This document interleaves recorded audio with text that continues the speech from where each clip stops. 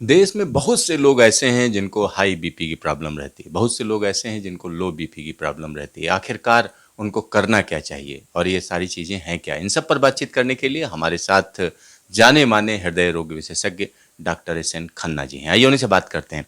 खन्ना जी, अगर हम बात करें कि हाई बीपी बड़ा आम हो चला है, तो हाई बीपी पहले तो बताइए है क्या और उसके क्या-क्या खतरे हैं?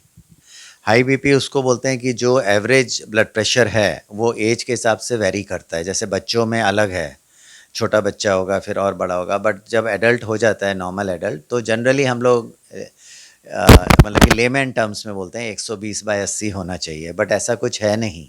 अगर किसी की एज अगर मतलब 60 के ऊपर है, 70 है, तो उसके लिए 130/80 85 भी है, वो भी नॉर्मल के उसमें है। हाई बीपी बहुत ज़्यादा डेंजरस होता है क्योंकि उससे सारी जो ऑर्गन्स हैं, हार्ट, ब्रेन, किडनी और सारे ऑर्गन्स मतलब डैमेज होते हैं। और हार्ट भी फिर स्टिफ होने लगता है। उसको बोलते हैं एलवीएच, मतलब लेफ्ट मतलब कि वेंट्रिकुलर एनलार्जमेंट, हार्ट की मसल हाइपरट्रोफिड हो जाती है और हार्ट में ब्लॉकेजेस आ सकते हैं, प्लस ब्रेन की आर्टरी डैमेज हो जाती हैं। तो हाई अगर बीपी होगा उससे क्लॉटिंग भी इंक्रीज होगी, तो अगेन हार्ट में ब्लॉकेज के चांसेस मतलब बढ़ेंगे। तो हाई बीपी को कंट्रोल करने के लिए सबसे इम्पॉर्टेंट है अगेन लाइफस्टाइल। जो तीनों चीज़ें हैं उसमें एक्सरसाइज मतलब सबसे इम्पॉर्टेंट है, डाइट है और तीसरा है माइंड। माइंड से ज़्यादा चिंता, हरी भरी एनकरी नहीं होना चाहिए। तो ये उसके प्रिवेंशन के लिए, प्लस ज़्यादा नमक ना खाएं। आज मतलब इनफैक्ट ये जो इसके लिए जो मतलब वेस्ट में जो प्रिस्क्राइब करते हैं, हम लोग भी करते हैं, वो होती है मतलब कि डैश डाइट होती है। डैश तो उसमें मतलब नमक कम है, हाई मतलब कि फाइबर डाइट है, हरी सब्जियां ज़्यादा हैं, मतलब फ्रूट्स मतलब खा सकते हैं, डायबिटीज़ अगर नहीं है तो सारे फ्रूट्स। तो उससे ये ब्लड प्रेशर अपने आप कंट्रोल होता है। प्लस ब्लड प्रेशर कंट्रोल में एक जो सबसे इम्पॉर्टेंट चीज़ है उसका रोल होता है मतलब कि मेडिटेशन का या मतलब कि योगा का। उससे डेफिनेटली काफ़ी वो होता है, और उससे भी अगर ठीक ना हो तो फिर हम लोग दवाइयाँ देते हैं हाई ब्लड प्रेशर के लिए। जहाँ तक आपने लो बीपी का है, तो लो बीपी ऐसी कोई बीमारी नहीं है जिसका हार्ट से इफ़ेक्ट है। अगर पेशेंट एक्टिव है, एजाइल है, कोई बीमारी नहीं है, तो लो बीपी लो कितनी बार 100 होता है, 110 होता है, तो वो मतलब कि नेचुरल वे में भी हो सकता है जेनेटिक्स के उससे, तो उससे हमें कोई नुकसान नहीं है अगर एक्टिव है। लेकिन ये भी बात है कि अगर किसी को अगर मेजर हार्ट अटैक होगा जिसका बीपी हाई रहता था, तो उसका उस समय मतलब लो हो जाएगा, क्योंकि बिकॉज हार्ट में इतनी स्ट्रेंथ ही नहीं होगी पंप करने की ब्लड। तो वो चीज़ अलग है, वो तो एज अ कॉम्प्लिकेशन हुआ है लो बीपी। बट अगर किसी का नॉर्मल वे में बीपी मतलब कि लो अगर मतलब रहता है, मतलब कि लो जो लोग बोलते हैं कि 100 110 को भी, और वो एक्टिव है, उसकी कोई एक्टिविटीज़ में रिस्ट्रिक्शन नहीं है, हेल्दी है, तो उसमें ऐसी कोई चिंता की बात नहीं लगती है। सर, हाई बीपी के सिम्पटम्स क्या हैं? हाँ, हाई बीपी के सिम्टम्स जो कॉमनेस्ट होते हैं वो हेडेक होना, थोड़ा सिर भारी होना, आइज़ के सामने ब्लरिंग होना, ब्लरिंग ऑफ द इमेजेस, ये उसके अर्ली सिम्टम्स हैं। बट जब बहुत एडवांस्ड हो जाता है तब तो फिर हार्ट के सिम्टम्स आ जाते हैं, ब्रेथलेस होना, सांस फूलना, ये सब भी आ जाते हैं।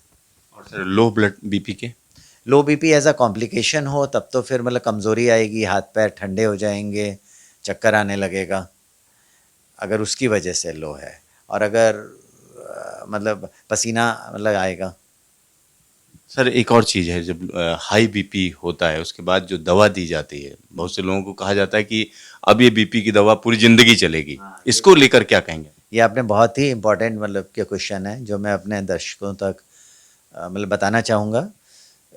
लोगों को हाई बीपी होता है और उनको कोई दवा चल रही होती है, अचानक वो लोग मतलब किसी और प्रैक्टिशनर के पास जाते हैं, उन्होंने अचानक बीपी देखा, उस दिन नॉर्मल आ गया, तो वो बोलते हैं बंद कर दो।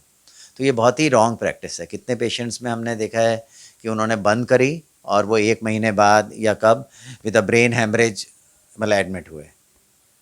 क्योंकि ये कभी नहीं करना चाहिए। बीपी का जब भी हम कंट्रोल करते हैं उसमें 2-3 चीज़ें बहुत अहम हैं।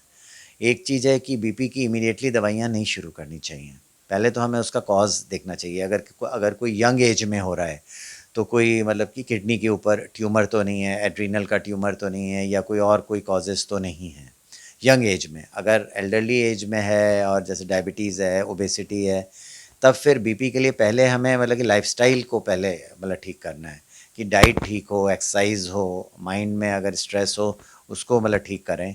उसके बाद हम लोग एक ब्लड प्रेशर का चार्ट मतलब बनाना चाहिए, 5 मतलब दिन का, सुबह शाम सुबह शाम सुबह शाम का 5 कंसेक्यूटिव डे सेम टाइम पे। उसमें अगर हाई आता है तो हम लोग बीपी की दवा स्लोली शुरू करते हैं, ये नहीं कि आज ही हमने दी और आज ही कंट्रोल हो जाए, उसको धीरे धीरे उसको बढ़ाते हैं।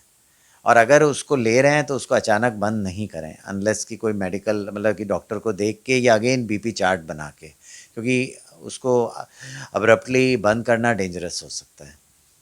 टाइमिंग को भी लोग कहते हैं कि उसी टाइम पर वो दवा लेनी चाहिए, ये नहीं कि आप टाइमिंग बदलते चले जाए। अगर मतलब कि बीपी अगर जैसे कि 200 के ऊपर है, 180 से ऊपर है, तब तो आप इमीडिएटली लेंगे ही लेंगे, उस समय तो आप नहीं वेट करेंगे। आइडियल तो होता है कि अगर लोअर वाला, नीचे का बीपी जो हम वहाँ होता है डायस्टोलिक ब्लड प्रेशर, ऊपर वाला होता है मतलब सिस्टोलिक, ऊपर वाला अगर 180 के ऊपर है या अगर नीचे वाला 110 के ऊपर है, तो आइडियली स्पीकिंग तो हॉस्पिटलाइज होना चाहिए।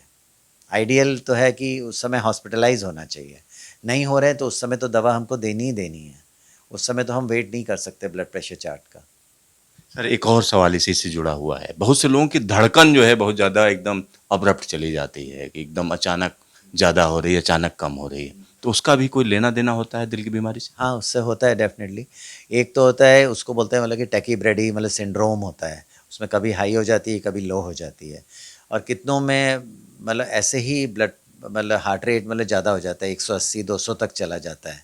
तो उसमें अगर हमें अगेन डॉक्टर के पास जाना होगा, उसको जनरली कैटेगराइज नहीं कर सकते हैं। अगर वो मतलब एट्रियल एरिथमियाज़ हैं जो हार्ट के 4 चैम्बर्स होते हैं, तो उसमें तो कोई जान को खतरा नहीं है, खाली थोड़ा चक्कर आएगा, हाथ पैर ठंडे होंगे, हॉस्पिटल आएंगे, दवाई होती है एडेनोसिन और सारी देंगे, ठीक हो जाएगा। और वो तो हम दवाई से कंट्रोल कर लेते हैं, कैल्शियम चैनल ब्लॉकर्स और सब। लेकिन थोड़े जो धड़कन मतलब बढ़ रही है और अगर वो वेंट्रिकुलर एरिथमियाज़ हैं, वो तो डेंजरस होते हैं लाइफ के लिए, उसके लिए तो इमीडिएटली हॉस्पिटल जाना चाहिए। तो ये मैं मतलब कोई जनरलाइज नहीं कर सकता हूँ कि धड़कन तेज होने का क्या है, वो अलग अलग उसके कारण होते हैं। सर आपका ढेर सारा धन्यवाद। धन्यवाद सिद्धार्थ।